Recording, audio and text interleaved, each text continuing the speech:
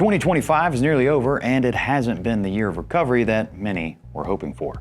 We'll check in with Jason Miller and get his latest thoughts on the economy and find out exactly what's going on. And as we approach the end of 2025, the risk of cargo theft begins to increase, so we'll cover a few things that you can do to minimize that risk. Plus, as always, we'll take a look back at last month's numbers and get you all the latest recruiting and freight data. For Randall Reilly, I'm Joshua Miller, and this is the 30-Day Reset.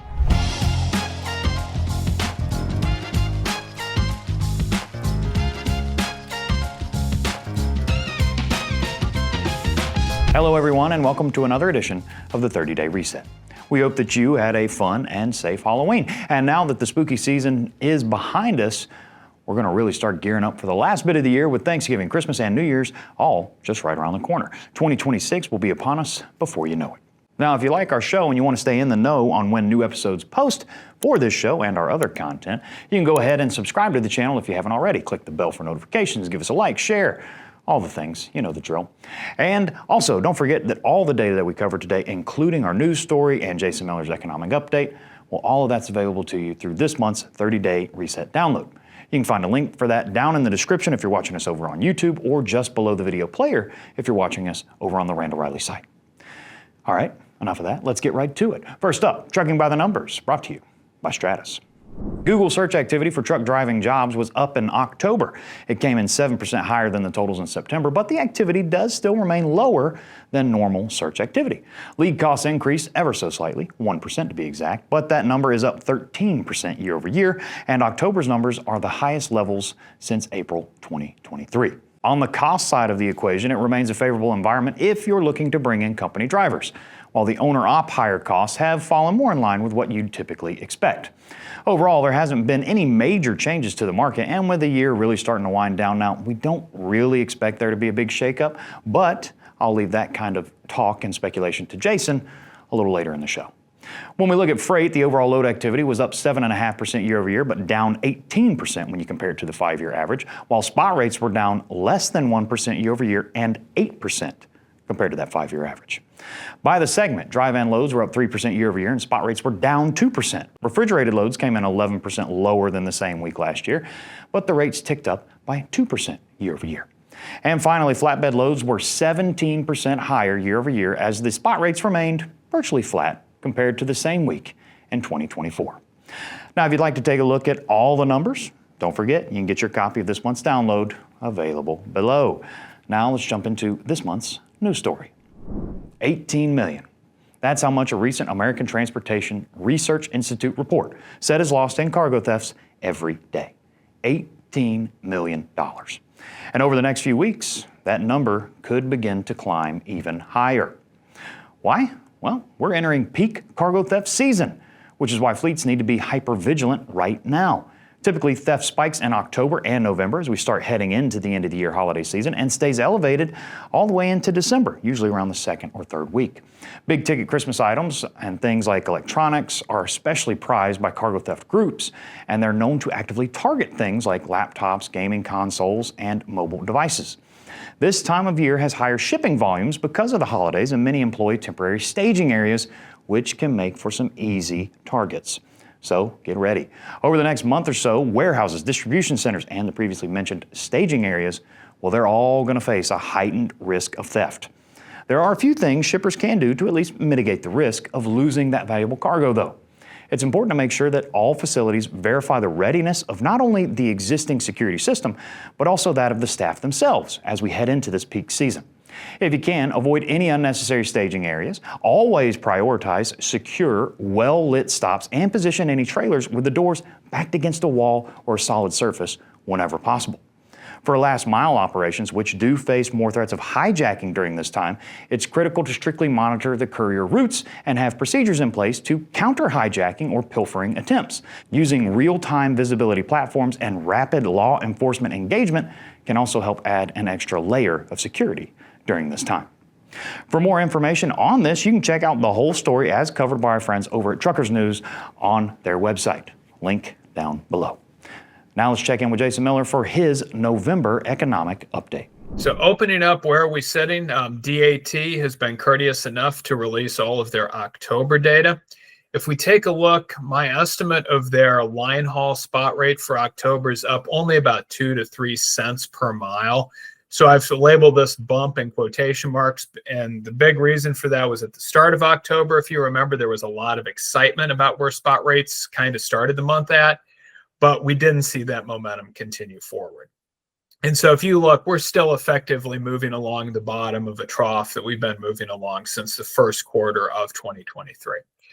If we actually look, DAT's load to truck data fell in October ever so slightly. One thing I do is I convert the releases in today's metric back to the old metric. There was a changeover a couple years ago. When you do that conversion, what you'll see is essentially what you would expect with spot rates where they are now. There's just not that much exciting going on. And so while we should expect some usual seasonal tightening right at the moment, little bit of a caveat here of we're waiting to see what happens with the SNAP benefits that could affect holiday food demand, but we're waiting to see how that plays itself out. But beyond usual seasonal tightening, I'm not really seeing much going to be happening. And a big part of the reason for that is new orders that manufacturers are seeing remain muted. What I've done here is I've taken data from the Institute for Supply Management that surveys large manufacturers, about 400 of them, and then combined that data with 5 Federal Reserve regional manufacturing surveys that are hitting smaller entities. So in total, we're probably looking at about 1,000, 900 to 1,000 firms reporting here. And that essentially 0 is our baseline. So above 0, good, below 0, bad. We're still substantially below 0 right now. I've kind of highlighted a couple key points here, and one of the most important being we were really heading up in January 2025. And so that's why if you're sitting here saying, well, why were all these prognosticators so wrong about 2025?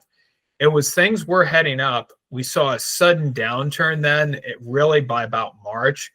Unfortunately, there's the only explanation for that is the tariff policies that have been put in place, and especially how they've been stop, start, and continually changing. So right now, we're not seeing manufacturers yet really getting back to the type of footing we need to generate that increased level of freight demand that we're looking for. And one of the reasons for that is existing single-family home sales remain very muted right now. So they were up a touch in September, but that's still on a historical basis. We're 25-ish% below where we were in 2017 through 2019. And one thing to emphasize with this chart of existing home sales from the National Association of Realtors is how much of that really robust freight market we saw in the second half of 2020 through about the first quarter of 2022 really corresponded to those robust home sales. And one of the other challenges right now, I can't tell you the activity for new single-family housing starts and things like that because of the ongoing shutdown. Part of the reason housing activity remains so muted is our labor market is effectively frozen right now. So the rate of hiring by private sector employers is actually right now at the lowest rate that it was since the end of 2010, coming out of the global financial crisis. But layoffs and discharges, at least through August, were actually also lower than they were in 2017 through 2019. Again, this is data from the Bureau of Labor Statistics. We don't have more recent data because of the shutdown.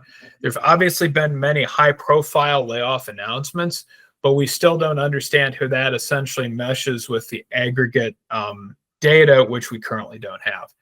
And so right now, it is safe to say 2025 is essentially over. The proverbial goose is cooked. We're now waiting until 2026.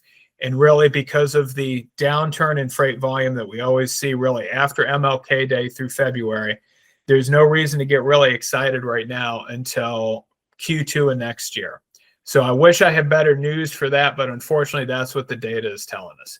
So with that, wish everybody a wonderful Thanksgiving holiday, and we'll be back in a couple weeks for the December predictions. Thank you so much for that, Jason. And with that, we have come to the end of yet another edition of the 30-Day Reset. Don't forget to download this month's edition of the 30-Day Reset download, which contains everything we went over and much, much more. Link for that, again, is available down below. I've also got links down there for consultation if you'd like to speak with us about how we can work with you to help you reach your hiring goals, as well as a link for Stratas, where you can find this recruiting data. And a new one this month, I've also got a link for Stratas Agent down there. Stratas Agent is a brand new offering that could be exactly what you need to make sure you get the most out of the calls you're already paying to generate. It's a recruiting AI voice agent that has been trained on decades of our driver recruiting knowledge that can answer calls for you day or night, 7 days a week, and integrate directly into your ATS system. Really is pretty cool, and we've got a lot of great feedback on it already. If you're interested in learning more on that, I've got a link for it down there as well. You can also call the number down there and try it out for yourself. Well, that just about does it. I'll be back next month for our final episode of 2025 with more recruiting, freight, and economic data. Until then, thanks for watching.